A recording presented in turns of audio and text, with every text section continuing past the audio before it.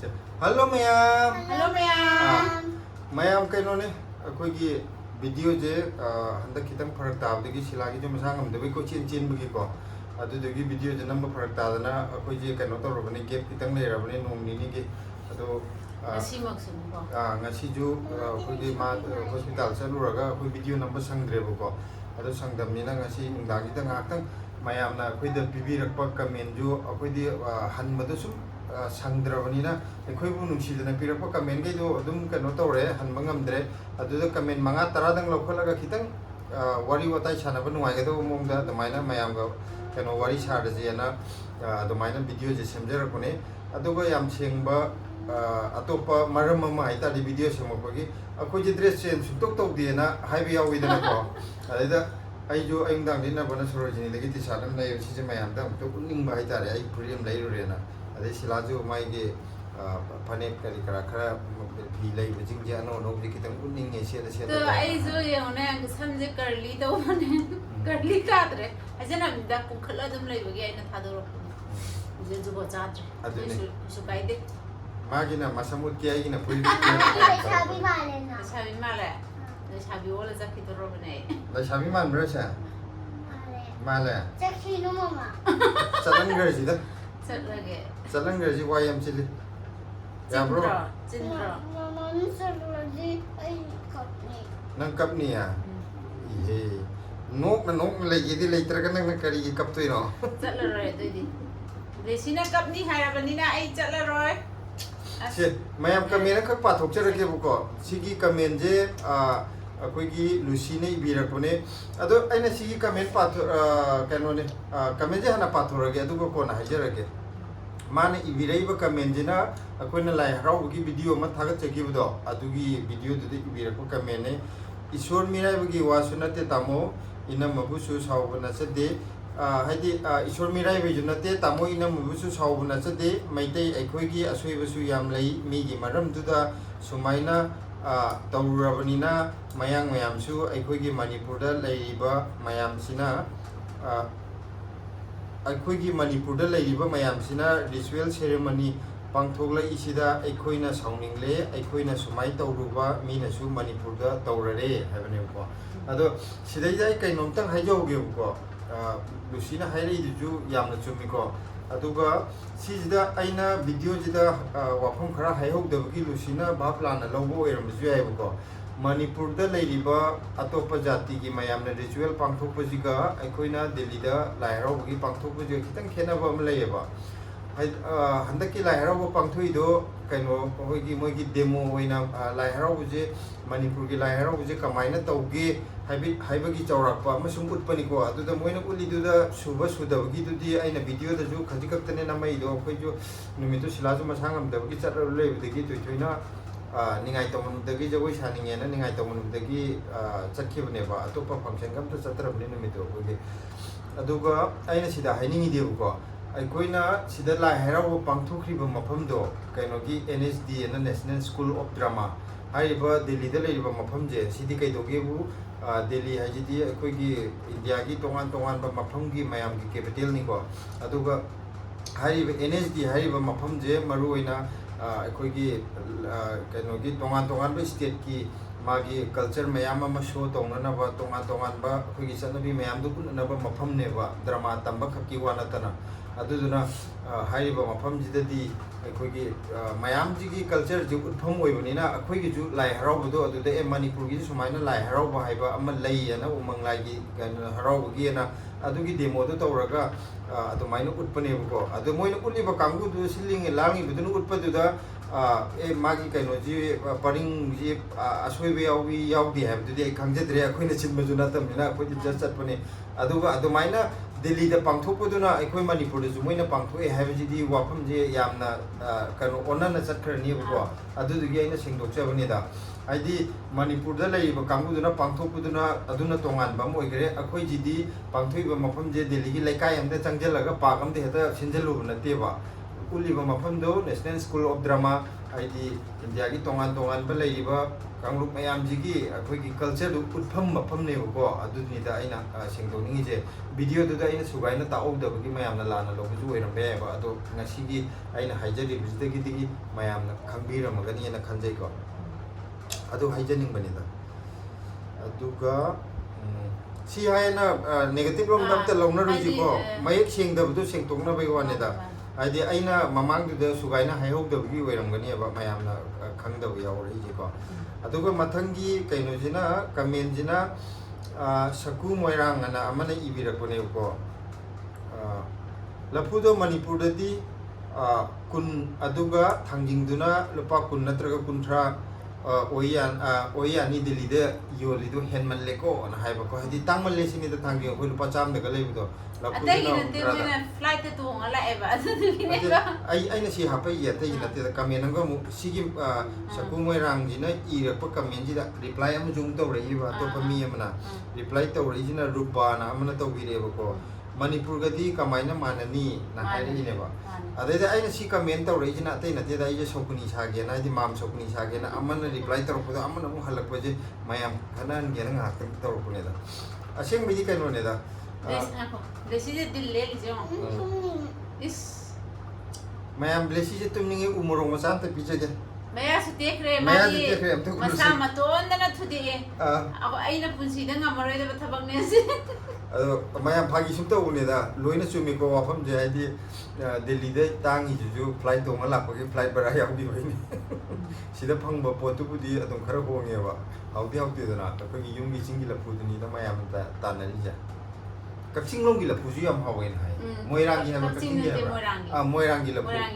ꯃꯣꯏꯔꯥꯡꯒꯤꯁꯨ ꯌꯥꯝ ꯍꯥꯎꯋꯦꯅ ꯍꯥꯏ ꯃꯊꯪ ꯇꯥꯟ ꯆꯥꯕ ꯑꯃꯗꯗꯤ ꯃꯣꯏꯔꯥꯡꯒꯤ ꯂꯐꯨ ꯁꯣꯏ ꯆꯥꯈꯤꯅꯤ ꯅꯠꯇ꯭ꯔꯒ ꯃꯣꯏꯔꯥꯡꯗ ꯌꯨꯝ ꯊꯣꯛꯂꯛꯄꯗ ꯂꯥꯛꯀꯅꯤ ꯈꯪꯗꯦ ꯑꯩꯗꯤ ꯑꯩꯈꯣꯏ ꯏꯆꯦꯍꯣꯏꯒꯤ ꯃꯣꯏ ꯀꯩꯅꯣꯒꯤ ꯂꯩꯄꯟꯗ ꯍꯧꯕ ꯂꯐꯨꯗꯣ ꯑꯣꯏꯅ ꯑꯗꯨꯝ ꯆꯥꯏꯗꯤ ꯌꯥꯝ ꯍꯥꯎꯋꯦ ꯃꯣꯏꯔꯥꯡꯒꯤ ꯅꯠꯇ꯭ꯔꯁꯨ ꯑꯩꯈꯣꯏ ꯐꯃꯨ ꯁꯤꯕꯥꯏꯒꯤ ꯍꯥꯏꯇꯥꯔꯦ ꯑꯗꯨꯒ ꯃꯊꯪꯒꯤ ꯀꯃꯦꯟꯁꯤꯅ ꯍꯥꯎꯇ꯭ꯔ ꯏꯆꯦꯃ ꯇꯥꯡꯅ ꯆꯥꯕꯗꯣ ꯍꯥꯏꯁꯤꯅ ꯊꯥꯡꯖꯤꯡꯒ ꯑꯩꯈꯣꯏꯒ ꯇꯥꯡꯅ ꯂꯩꯔ ꯆꯥꯕꯗꯣ ꯍꯥꯎꯇ꯭ꯔꯥ ꯑꯁ ꯌꯥꯝ ꯍꯥꯎꯈꯤ ꯍꯥꯏꯗꯤ ꯑꯩꯈꯣꯏꯅ ꯁꯨꯡꯆꯥ ꯆꯥꯗꯕꯒꯤꯅꯦ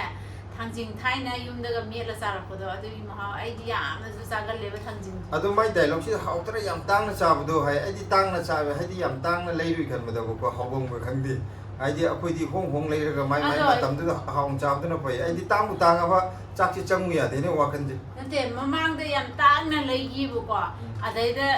ꯆꯛ ꯂꯥꯎꯔꯒ ꯍꯥꯎꯇꯕꯗꯨꯗꯤ ꯑꯗꯨꯝ ꯍꯥꯎꯇꯦꯕ ꯑꯩꯒꯤ ꯑꯣꯏꯅꯀꯣ ꯍꯥꯎꯔꯒꯗꯤ ꯑꯗꯨꯝ ꯍꯥꯎꯋꯦꯕ ꯇꯥꯡꯅ ꯂꯩꯔꯤꯗꯧꯅꯤꯗ ꯇꯥꯡꯅ ꯆꯥꯕ ꯃꯇꯝꯁꯦ ꯍꯥꯏꯗꯤ ꯐꯪꯗꯅ ꯆꯥꯕꯗꯣ ꯍꯥꯏꯕ ꯋꯥꯅꯦꯕ ꯑꯗꯣ ꯑꯩꯈꯣꯏꯗꯤ ꯈꯔ ꯂꯤꯛꯆꯕꯅꯤꯅꯀꯣ ꯑꯗꯣ ꯑꯩꯒꯤ ꯑꯣꯏꯅꯗꯤ ꯑꯩꯗꯤ ꯂꯤꯛꯆꯕꯅꯤꯅ ꯇꯥꯡꯅ ꯂꯩꯕ ꯄꯣꯠꯁꯦ ꯃꯤꯍꯨꯟ ꯑꯝꯇ ꯌꯥꯎꯗꯦ ꯆꯥꯕꯗꯤ ꯂꯥꯏ ꯏꯟꯖꯥꯡꯗꯨ ꯎꯕꯗ ꯀꯞꯅꯤꯡꯕ ꯌꯥꯎꯔꯦ ꯍꯟꯗꯛꯀ 3ꯔꯛ ꯁꯨꯕꯅꯦ ꯍꯟꯗꯛꯀꯤꯁꯤꯅ ꯏꯅꯥꯎ ꯑꯃꯅ ꯄꯤꯔꯛꯄꯅꯦ ꯃꯃꯥꯡꯗ ꯑꯩꯈꯣꯏ ꯀꯥ ꯑꯩꯈꯣꯏꯅꯤꯅ ꯂꯩꯕꯗꯨꯗꯅꯦ ꯈꯨꯍꯥꯎꯇ ꯑꯃ ꯊꯥꯡꯖꯤꯡ ꯃꯔꯨꯁꯨ ꯈꯨꯄꯤꯛ ꯑꯃ ꯑꯗꯨꯅ ꯇꯥꯛꯄꯗꯤ ꯀꯩꯅꯣꯕꯨ ꯑꯩꯈꯣꯏ ꯏꯁꯥꯅ ꯄꯩꯁꯥ ꯄꯨꯊꯣꯛꯑ ꯂꯩꯒꯅꯨ ꯍꯥꯏꯗꯤ ꯑꯍꯥꯎꯕ ꯐꯪꯗꯦ ꯖꯨꯒꯣꯠ ꯆꯥꯕ ꯐꯪꯗꯦꯕꯀꯣ ꯃꯤꯅ ꯄꯤꯔꯒ ꯆꯥꯕꯁꯤꯅ ꯑꯍꯥꯎꯕ ꯐꯪꯉꯦꯕ ꯑꯗꯨꯅꯤꯗ ꯍꯥꯏꯖꯅꯤꯡꯉꯤꯁꯦ ꯃꯊꯪꯒꯤ ꯀꯃꯦꯟꯁꯤꯅ ꯗ ꯁꯦꯂꯤ ꯆꯅꯨꯅ ꯍꯥꯏꯕꯀꯣ ꯋꯥꯔꯤ ꯌꯥꯝꯅ ꯅꯨꯡꯉꯥꯏ ꯈꯠꯅꯔꯁꯨ ꯌꯥꯝꯅ ꯁꯥꯎꯅꯔꯁꯨ ꯅꯨꯡꯁꯤꯕ ꯍꯦꯜꯂꯤ ꯍꯥꯏꯅꯕꯅꯤ ꯄꯀꯧꯔꯥꯒꯤ ꯕꯤꯖꯤꯅꯦꯁꯇꯣ ꯇꯧꯕꯁꯤꯂ ꯃꯅꯤꯄꯨꯔꯗ ꯀꯪꯅ ꯄꯀꯧꯔꯥꯒ ꯃꯪꯒꯟ ꯑꯉꯧꯕꯒ ꯄꯦꯀꯦꯠ ꯌꯣꯟꯕ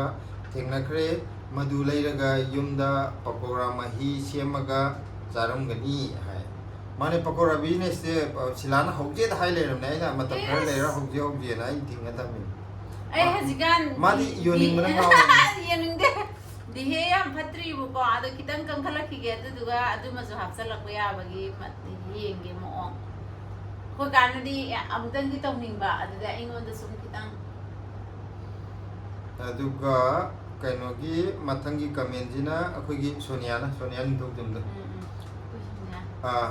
हवाईजार पामजख्रबा ऐंगोंदा हवाईजार थुंगदबसे पुकनिंग इनुंग नुंसीको से सिलाई बुंग हायरे मैं अकोई युमद थोलआगसु मयामगी अममम पैकेट अममम दि लोई थुंजरखिनि युमद दि पैकेट तौरोय लादा मयोम लादो योमके लादोइना अदुना मगुल लेरेस ला फंगदबगी तौबई वानेबको युमद थोगा हवाईजार हावा सोनिया ngairamo नचेना सोइदन मकी सोनिया गिसु लोइना मा थुंजरखिनि मसा तुजे ngasa ning tumdabde माजे तुमंगे यो से पापा दंगा तर तुमोस Mama pamura. Aduga mathangi comment jina che khongge paranti ko tum che se angang yente tumen gi mamui di khar chilakani ma mayam mamang Pipa bam. se mathangi comment jina Fazana lay ba se man. ngakang pham ji se ngakang papa da pham se Kano wakhalgi pukai na ga yeng mama da khar phagi tok se mama nang ye la shabidi ma le adu joker ma le je Mana ni le shabidi ma le bana se thi ayo. se lekla kanu makon tho ko hele ngakang lo shala je mathangi comment jina susila singha ne ibira kone sidi ka sarom dagi oirani ko singha ne loibe je jendem haire ko haidi so jendem haina bagi jendem mana chana bro hai jendem mana je kanone sila hai le je si Yende mana se akhoi jo hana khangde yende mana se akhoi na khangakpuda kamphoi ga morok ga thunga metlaga kotla sabado adumaina khangne ado YouTube thingna tawrapudagi yengakpudagi hatare adada chagem pombada hapa yai hamsima khangye akhoi jo adagi adu yam mayam do mon lauraga yam haw leirame adu na tabda jo akhoi na mamang de recipe am hapri de pakang gi mok se yam haw do bora oina gi to hadi bora do na besan do thitlaga pa na tairaga paknam mai ta paknam gi tapta patir haidane adu yam hawi ko mayam yende mana dana hele haw adu mathang da amuk su semaga kabri kitang kaino to raga asadi yende faraga amuk semjar ke me yam hawgi mamagi video du di silana ahan sembo bagi kitang phajab juwat ne ba yam haitana semi kaina hayar ku jawi chumi ne ba re do haite kai gino da ahan sembane igi oina adi sungkhang bana te adu maina to bodo adu duna bhapna karina saraga tawgibane aduna ai haite asembaisu chumnasu haibire haite ha ado masak kaino to ju semba yam haitana semaga ju sabti yam hawgi aduga mathangi jina indira thokchomna thabira kune kaka hai risi sumta ba nungai te kaka da kaka male silagi kaka hai kaino ne ai di mayam gi kaka ne ai gi min kaka oina ko ne du ni blesi jo ngonda dum kaka ko ne ada aina ko handri ne ma ai ko ro ma boktina ada ai su yang kada sendok na bati hona bane bo ko ada adum na mungi dre hai ada piye ka kaka ko do maron a blesi na ihan hana maron tholok puda ai ngonda akka ko ro togle atai ke mai ai dre da aduga bebisa sarami na ko hawai jardi delhi da ne na honge da tawri je hai khangde hong batang budi khangde akoina ngamjaba mongda hoi atai akhoi khangna chana ba atopa state ta leiba kanguna ju haire moidi yangkhai gi 50 gram khotang hapena akoina sidaida 100 gram hapjabane hawba hawta budi khangde akoina ngamjaba dudi akoi 100 adum hapjage matung ta na jo 100 adum hapjage ne khalli ko aduda yamba oiram ju ai yamde na khan bu ju yarum be ai ado akoi gi site gi di mayam gi oina 100 adum hapjanage thoi ji tumning ngam ha na akoina kano onringai dasu akoina hapami ba jang do 100 adum oi leira mathangi comment jina blesi da haire ne devika asem ne ibira je thoi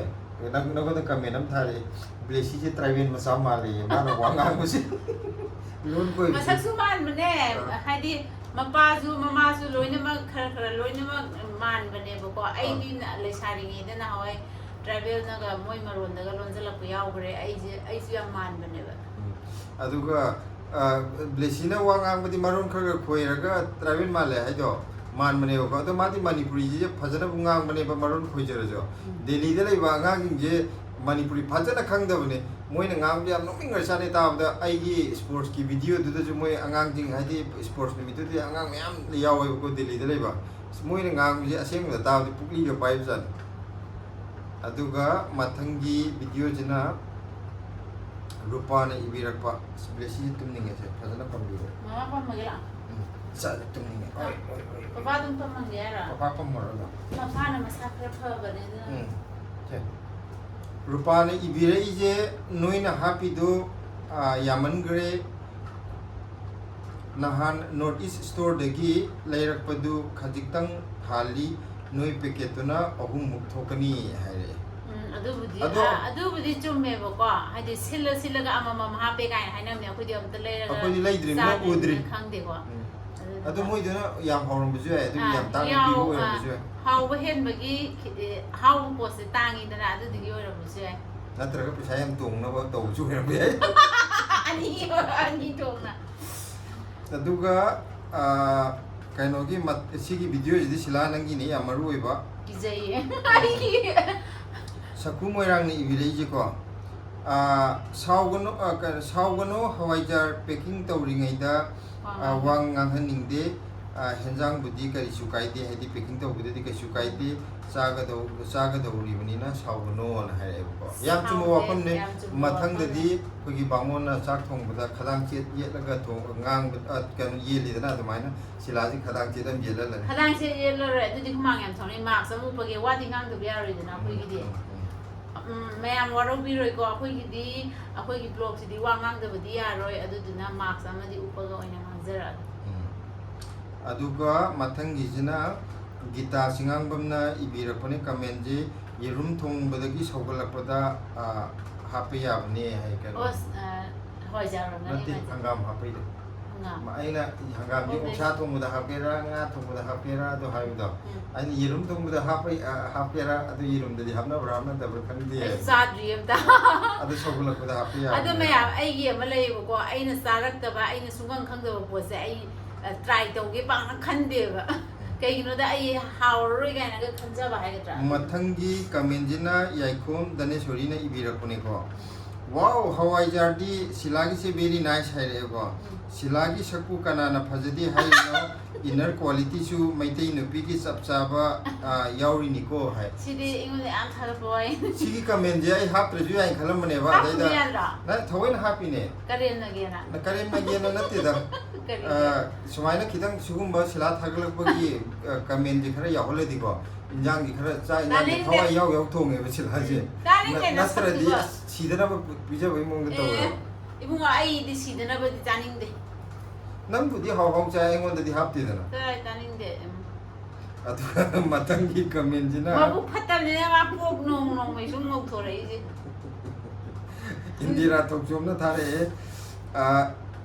नंगना कनो तो कनो केनबदी नुपाना हैरोये नुपी अखोइना अखोइगी केनब लैजगदबने नुपाना हैरोये नुपीना अदुम लैगदबने चुमेबको अदो carob पैसादो अखोइदी अइना पाइब नदने मंगोंदे सत्तोइनिदा अदु इसे सत्तोरो यादबा अदुगी अदो मादी natural beauty दी आमा मीना महि जाबि नो मालारानी अइ इसा स्माइन सु नोकजेको YouTube से ब्लेसीदो ओइना सिनाबने यारनी वा ngang याम हैये ngang बदि माजे यामना पोस्ट ता ता ngang थोरे को अदो angang निना माना ngang ngadi dum ngang ba ngang हाइदि ngसिदि प्रोग्राम ओगा हाइदि ngang उ यादि सरा तरा तरा माना ngang निngगदि nganगे अदुगा meme इरेंग Bamna इबिरको कमेंजिना free पीबदा Sunday तादबसे नुवाइति अदुबु यादबु इरमबदि याय एनीवे मथंगददि फ्री गिफ्ट तौबा तारगदि संडे दा ओइना तौबियो हायरेबको अखोइ जे संडे दा हाना तौगेना हाइदि ममांगसु लाउथुरबनेबको अदुदा थबक कितन फरक तारबा लाइराउ ब्रोग्राम तागिदुगा लाइराउ जु ताइ डीएमसीसी मीटिंग जु ताइ अदना नमु नारेन डीएमसीसी गी चपा फंगौद्रेदना लाइराउ बुदुना कितन फरे तौर थुइनिंगाइ तमन अदुसु लोइरम दाइदन हाफ्तंग ने खोइ नुमितु दा फंक्शन अनि लैनेबा अनिमक लो याउजगे तौरगा सिजे म होगत्रबा मकोंगा वेना अदैदि नुंगा वायरम कितंग फरे ए तौबुदु थुइथुइना जगोइ सानिगे जगोइ सागे निंगाइ तौबुदगी लाइराउदुजु अखोइ लास्ट नि याउरिदो हाइदि मोय पुंग 3 दगी हौनि हाबजुना अखोइ चटपदु पुंग 8 हेला मतुंगदनि याउरिदो संडे जे को हाइदि हवाइजारदो मु मथंगी संडे गाइबुदु जो फरक तादौबको मना मसिंग ओइरदि उम फबा डीएमसीसी की मीटिंग दु हंदक हान मने खो याव फमौदबा आई तोने चटपदु मसाना थोइगी सैटरडे नुमित अखोइना तौजरिदो हाइदि अदो मथंग 50 के यौबुदजो अखोइ करिगुम तौगिजे हंदकिदुदगी अमु हेना चावना तौजगे हंदकिदु मिजु अखोइना एक्सपेक्ट तौबुदगी हंदना लापुदो अखोइदजु नुमाइजदबम फावेबको अदुगा हंदक 50 के यौबुदजो मु तौजगे मया अखोइना थोइगी ग तौबदि नतेको अखोइ हाइदि अदु कनो तौगे 50 के ददि हेना मु हंदक तौगिदुदगी हेना फजना तौना होनजगे मैम 50 के यौहनमिला तुने यौहन बियो मैम अदुगा मथंगिजना नरेश मैतैने इबिरकपने अखोइ मैतै सिंचु दिल्ली दा सेपरेट लोकेशन एडमिनिस्ट्रेशन अमा तानबना फरद्रा मणिपुर सिटी कुकीगी ओखिदोरे अखोइना थागतखिबा लुसिंगबसिंगसी पेंदबदगी पांगदबदगी हाइबको ꯑꯁꯦꯡꯕꯅꯦ ꯑꯩꯈꯣꯏꯒꯤ ꯂꯨꯆꯤꯡꯕꯁꯤꯡꯁꯤꯅ ꯐ꯭ꯂꯣꯞ ꯆꯠꯄꯗꯒꯤꯅꯦ ꯑꯩꯈꯣꯏꯒꯤ ꯂꯩꯕꯥꯛ ꯅꯣꯡꯃꯒꯤ ꯐꯤꯕꯝ ꯁꯣꯛꯆꯜꯂꯛꯏꯁꯦ ꯂꯨꯆꯤꯡꯕ ꯑꯣꯏꯒꯗꯧꯕ ꯅꯠꯇꯕ ꯁꯦꯔꯥꯟ ꯇꯨꯔꯥꯟꯅ ꯍꯥꯏꯗꯤ ꯁꯤꯗ ꯌꯥꯝ ꯉꯥꯡꯕꯗꯤ ꯐꯖꯔꯔꯣꯏꯗ꯭ꯔꯥ ꯍꯥꯏꯗꯤ ꯁꯤꯟꯐꯝ ꯑꯣꯟꯅꯕ ꯍꯥꯏꯗꯤ ꯃꯇꯤꯛ ꯆꯥꯗꯕ ꯃꯌꯥꯝ ꯑꯣꯏꯁꯜꯂꯛꯄ ꯃꯇꯤꯛ ꯆꯥꯔꯒꯁꯨ ꯑꯣꯏꯔꯛꯄꯗꯒꯤ ꯆꯥꯔꯝꯕꯗꯨ ꯂꯣꯏ ꯆꯥꯔꯛꯇꯕ ꯃꯌꯥꯝ ꯌꯥꯎꯔꯛꯄꯁꯦ ꯍꯥꯏꯗꯤ ꯁꯤएम ꯃꯟꯇ꯭ꯔꯤ ꯑꯣꯏꯕ ꯌꯥꯕ ꯃꯤ ꯑꯃꯠꯇ ꯌꯥꯎꯗꯕ ꯑꯗꯨꯗꯨꯅꯅꯦ ꯃꯌꯥꯝ ꯌꯥꯎꯔꯒꯁꯨ ꯌꯥꯎꯗꯕ ꯍꯥꯏꯗꯤ ꯃꯇꯤꯛ ꯆꯥꯗꯕꯅ ꯍꯦꯟꯕꯗꯒꯤ ꯃꯇꯤꯛ ꯆꯥꯕ ꯈꯔꯗꯣ ꯐꯣꯡꯗꯣꯛꯄ ꯐꯨꯗꯣꯛꯄ ꯉꯝꯗꯕꯗꯣ ꯑꯗꯨꯗꯨꯅ ꯃꯌꯥꯝꯁꯤ ꯄꯦꯟꯗꯕꯗꯒꯤ ꯍꯥꯏꯅꯔꯛꯏꯅꯦꯅ ꯑꯗꯨꯝ ꯃꯌꯥꯝꯗꯤ ꯈꯪꯅꯔꯕ ꯋꯥꯐꯝꯅꯤ ꯌꯥꯝ ꯆꯨꯝꯕ ꯋꯥꯐꯝꯅꯤꯀꯣ ꯑꯗꯣ ꯃꯥꯅ ꯍꯥꯏꯔꯤꯁꯤꯁꯨ ꯀꯩꯁꯨ ꯀꯥꯏꯗꯦ ꯃꯤ ꯈꯔ ꯌꯥꯝ ꯇꯥꯁꯜꯂꯗꯤ ꯍꯦꯛꯇ ꯑꯣꯏꯒꯦꯅ ꯆꯪꯁꯤꯟꯅꯔꯛꯏꯁꯤꯡꯁꯤꯗꯤ ꯑꯩꯈꯣꯏꯒꯤ ꯁꯦꯄꯔꯦꯠ ꯑꯩꯈꯣꯏꯒꯤ ꯑꯃꯦꯔꯤꯀꯥꯗ ꯆꯥꯏꯅꯥ ꯇꯥꯎꯟ ꯁꯦꯝꯕꯗꯧꯅ ꯗꯦꯜꯂꯤꯗꯁꯨ ꯑꯩꯈꯣꯏꯒꯤ ꯃꯅꯤꯄꯨꯔ ꯇꯥꯎꯟ ꯑꯅ ꯑꯃ ꯁꯦꯝꯕꯁꯦ ꯃꯌꯥꯝ ꯑꯗꯨꯅ ꯄꯨꯔꯥꯅꯤ ꯑꯩꯈꯣꯏ ꯈꯛꯇꯒꯤ ꯑꯣꯏꯖꯕ ꯌꯥꯝ ꯆꯨꯝꯕ ꯋꯥꯐꯝꯅꯤ ꯑꯗꯨꯒ ꯍꯦꯃꯣꯂꯇꯥꯅ ꯊꯥꯕꯤꯔꯛꯑꯦ ꯃꯊꯪꯁꯤꯅ ꯁꯧꯒ꯭ꯔꯤ 2 ꯂꯦꯝꯃꯛꯄꯗꯨ ꯌꯥꯝ ꯐꯔꯦ ꯅꯣꯏ ꯑꯍꯨꯝ ꯍꯥꯎꯅ ꯆꯥꯊꯣꯛꯑꯣ ꯄꯥꯛꯅꯝ ꯅꯝꯃꯒ ꯁꯤꯂꯥꯏ ꯁꯧꯒ꯭ꯔꯤ ꯊꯣꯡꯉꯒ ꯄꯥꯛꯅꯝ ꯅꯝꯃꯒ ꯍꯥꯏꯗꯣꯏꯔꯝꯒꯅꯤꯀꯣ ꯑꯩꯅ ꯀꯔꯤꯅ ꯈꯜꯂꯤ ꯀꯧꯕ꯭ꯔꯥ ꯁꯧꯒ꯭ꯔꯤꯁꯦ ꯄꯥꯛꯅꯝ ꯅꯝꯕꯗ ꯍꯥꯞꯅꯕ ꯁꯧꯒ꯭ꯔꯤ ꯊꯣꯡꯉ ꯄꯥꯛꯅꯝ ꯅꯝꯕꯗ ꯁꯤꯒꯤ ꯍꯥꯏꯔꯛꯑꯣ ꯅꯪ ꯍꯥꯏꯗꯣꯏꯗꯣ ꯁꯤꯒꯤ ꯑꯁꯦꯡꯕꯒꯤ ꯂꯥꯏꯅꯁꯨꯅꯦ ꯁꯤ ꯑꯍꯨꯝꯁꯦ ꯑꯅꯤ ꯅꯠꯇ꯭ꯔꯣ ꯉꯥ 2 ꯂꯦꯝꯃꯛꯄ ꯑꯅꯤꯗꯣ ꯂꯥꯏꯅꯁꯨ ꯊꯣꯏꯒꯤ ꯑꯩꯈꯣꯏꯒꯤꯗꯃꯛꯇ ꯇꯝꯃꯕꯅꯦ ꯍꯥꯏꯕꯗꯤ ꯑꯩꯈꯣꯏꯅ ꯌꯣꯟꯅꯅꯕ ꯍꯣꯠꯅꯕꯗ ꯑꯩꯈꯣꯏꯅꯤꯁꯦ ꯍꯦꯛꯇ ꯃꯌꯣꯟꯐꯧ ꯆꯣꯡꯗ꯭ꯔꯕꯅꯦꯕ ꯍꯥꯏꯗꯤ ꯁꯝꯅ ꯍꯥꯏꯔ ꯑꯩꯈꯣꯏꯒꯤ ꯆꯥꯅꯤꯡꯉꯥꯏꯕꯨ ꯍꯦꯛꯅꯤꯡꯉꯥꯏ ꯂꯩꯇ꯭ꯔꯕꯅꯦꯕ ꯑꯗꯣ ꯑꯩꯗꯤ ꯁꯤꯒꯤ ꯀꯃꯦꯟꯁꯦ ꯄꯥꯕꯗ ꯄꯨꯛꯅꯤꯡꯕꯨ ꯅꯨꯡꯁꯤꯔꯤ ꯄꯤꯕꯨ ꯇꯥꯔꯒꯦ ꯇꯧꯋꯦ ꯑꯩꯈꯣꯏꯒꯤ ꯂꯤꯛꯃꯟꯕꯁꯤ ꯎꯕꯗ ꯃꯌꯥꯝ ꯌꯥꯝ ꯅꯨꯡꯁꯤꯕꯤꯔꯤꯅꯣ ꯈꯟꯕꯗ ꯂꯤꯛꯇꯤ ꯂꯤꯛꯄꯅꯦ ꯑꯩꯈꯣꯏꯅꯤꯁꯦ ꯁꯤ ꯂꯤꯛꯄ ꯅꯠꯇꯦ ꯍꯩꯅ ꯁꯤꯡꯅ ꯌꯨꯝ ꯄꯥꯟꯕ ꯀꯧꯏꯀꯣ ꯃꯌꯥꯝꯅ ꯂꯤꯛꯄꯔꯣꯝꯗ ꯄꯨꯊꯣꯛꯄꯩ ꯋꯥꯅꯤ ꯌꯥꯏꯈꯣꯝꯗꯅꯤ ꯁꯣꯔꯤꯒꯤ ꯃꯊꯪꯒꯤ ꯀꯃꯦꯟ ꯑꯃꯁꯨ ꯑꯃꯨꯛ ꯂꯧꯈꯠꯆꯔꯛꯀꯦ ꯉꯁꯥꯏꯗꯒꯤ ꯏꯆꯥ ꯕ꯭ꯂꯦꯁꯤ ꯌꯥꯎꯕ꯭ꯔꯥ ꯌꯦꯡꯕꯗ ꯃꯤꯠꯁꯦ ꯕ꯭ꯂꯔ ꯆꯠꯂꯕꯅꯤ ꯎꯆꯤꯟ ꯅꯥꯆꯤꯟꯅ ꯎꯔꯦ ꯍꯥꯏ ꯅꯨꯃꯤꯠꯇꯣ ꯑꯩꯈꯣই ꯌꯥꯝ ꯊꯦꯡꯅ ꯆꯠꯂꯦ ꯄꯨꯡ 7 ꯍꯦꯜꯂꯒ ꯆꯠꯄꯅꯦ ꯑꯗꯣ ꯑꯃꯨꯛ ꯁꯤꯂꯥꯒ ꯕ꯭ꯂꯦꯁꯤꯒ ꯑꯃꯨꯛ ꯀꯦꯔꯤꯅꯦ ꯐꯤꯔꯣꯟ ꯁꯦꯠꯂꯤꯅꯦ ꯇꯧꯕꯗ 3:30 ꯃꯇꯨꯡ ꯊꯣꯛꯂꯛꯑꯦ ꯃꯤꯅꯤꯠ ꯄꯨꯡꯈꯥꯏ ꯑꯃꯨꯛ ꯐꯥꯔꯝꯃꯣꯏ ꯅꯣꯏ ꯖꯒꯣꯏ ꯁꯥꯔꯤ ꯃꯇꯝ ꯐꯪꯉꯤꯗꯣ ꯑꯗꯨꯗꯨꯅ ꯚꯤꯗꯤꯑꯣꯗꯣ ꯃꯣꯏ ꯌꯥꯎꯗ꯭ꯔꯕꯅꯦꯕ ꯏꯟꯊꯤ ꯅꯨꯡꯉꯥꯏꯅ ꯑꯩꯅ ꯍꯥꯟꯅ ꯃꯣꯏ ꯁꯨꯡꯊꯣꯛ ꯊꯣꯛꯂꯝꯃꯟꯗꯗꯅ ꯑꯩ ꯀꯩꯅꯣꯝ ꯍꯥꯏꯒꯦꯕ ꯅꯨꯄꯥꯅꯗꯤ ꯀꯩꯁꯨ ꯈꯪꯗꯕꯅꯦꯕꯀꯣ ꯅꯨꯄꯤ ꯑꯃ ꯂꯣꯏꯁꯟꯕꯗ ꯀꯌꯥꯝ ꯀꯨꯏꯅ ꯆꯪꯉꯤ ꯍꯥꯏꯗꯤ ꯂꯥꯏ ꯍꯔꯥꯎꯕꯅꯦ ꯍꯦꯛꯇ ꯐꯠ लाउना थोꯛꯄ यापोन्ते फनेक सेलकनी फिरोन सेलकनी सना लिकोन सिजलकनी खोलकनी अदो अखोय का होइदी कछु खंपोन्देबको अदुदुना मानदी स्थोलक्ते अदु तौदे हाइबा अदो नुपी जिंगदि लोय खंगंगनीदा अदुदुना लाई राउबुदु जगोय सा नंगौदे राउंड अम चतपुदु लोइसनमना हानि अदु यारगे तोरगे खितंग याव मे आइदी कनो तौबुजे नुपी जिना यामा आइदी यम चुमेबको अदो आइदी कछु के वारी अमजु लइये आइदी नुपीना थाबन चोंगबुदा आइदी फजना नुपीदि के दिया दि गेरिंग आइदा थाबन लोयना हानदगी थाबन चोंगबुदा बि वारी जलै सिलाना साइ तो इस ममाई केब केदबदुदि तोक्रो फिरोन सेचिनबा साजनबदा अदुम पुंगजंगे आइदा नते आइ दंगदा ओरदि अमफय आइ जानुबिजु छेले इबनी सिरे इबनी अदो अखोय काना पांगांगबय वानी नुबाजि नुबानिदना अदुना मतम लोइगरे याहोगदरे कैम काइदि केरिंग आइदा केरगा फजने युमदाले ना जगोय साबदि नंगौदरे सुमांगलि लाथोमदागि केबा मेकअप तौगदोन थो युमदा ओइहले ओक्तो तोंगा मोइगि कैनोगि लाई हरावम दे चलेदना अदु केरुरेदना अदु युमदे ओक्तो तोंगाले मा खरेम पेन ngang अदु नुमिदुदने मा जगोय कितंग नुंगाइ हौद्रेबा करी नुंगाइतबनोदन कैनो नंगी कैनो इनम नमदबदु मयाम नमबदु वीडियो द खर चलेनि नंग यावरमदि मयाम कीने यें यारे आई यावरमदि 50 यावरदम एस के सिदैद नंग नगा साय दो यावरे कमेंट या पोस्ट ताबम यावरे चौ गेमर हाइबको सिला नंगी खुनोक्तुदि विक्रम बेताल की खुनोम माले नो रील समसे मकनी सेम जेगा वायरल जतनबा अमतंगदि वायरल जतके आई खुनोक्तो ओइरजो अमतंगदि जतबे हाइदना हाइना आइगी लेसारिङे दजो खोइ पाउना आइजे थवाइ लापि खुनोम वाले न हाइबनेबा अदु मयाम ना हाइरि जे तुम चुमे मयाम हाइदि युमदगी तुम हाइना वाफम निसिन हाइजेनिङे अदुगा मथंजिना करे नो ओकमा सान ओक मसानी है बोर माने माइजे ओक मसानी है ने काकागी समजे अमुबा संगलदी यंग खंगोय ओइथोरकनी है ओइने सिमदि चुम्मेबको हाइदि एंगोंदगी हेना फजग्रनी हाइबसे मा मसाना खंगजेबा अदुना अइना खितंग येंबे याबो ओइजनोना मा तौरिबने थोंके mayam mana sumaina pian da wa am hiring ai de video jing asi gi wendi lo shalage thoi ju tum thokre aduna mathangi ka video da di abo hadi kano to robnina silaju masakara nuai rabnina fajaba video ma semjara age adu ngasi gi oina di mayam sum akhoi di nimitse kuina lepsalak paje akhoi de ju nungai jade mayam na ju nungsi bi ba mi manga tara da orjo akhoi gi video ngai birong gani khan badagi sumaina e comment jo akhoi matam chanam ta handamnina mayam na ju khalam gani ba comment gam ta handela adugi sidede comment suba sudabgi wafam di lai jadre adu kainom ta ka heoge aroi bajida akhoi gi behran gi ima kaino na mamang da aigi comment parte ni yam waro na kaino to biro po heavy rakhi ko adu kaino ne tasing bagi di akoi ima gi comment du thengna dabadagi akoi na video ama khakta da akakna na video da shame dringa gi mamang gi video du do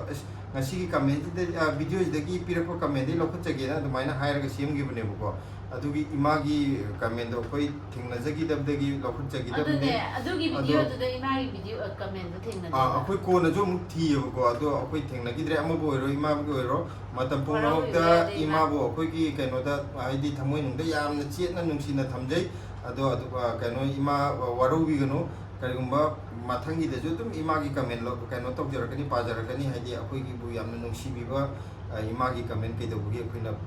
lokho charoi adu waro bi gano na hairaga ngasi gi video je lo shinjarage to tum thokre adu mayam mathangi video thengnaraje bye bye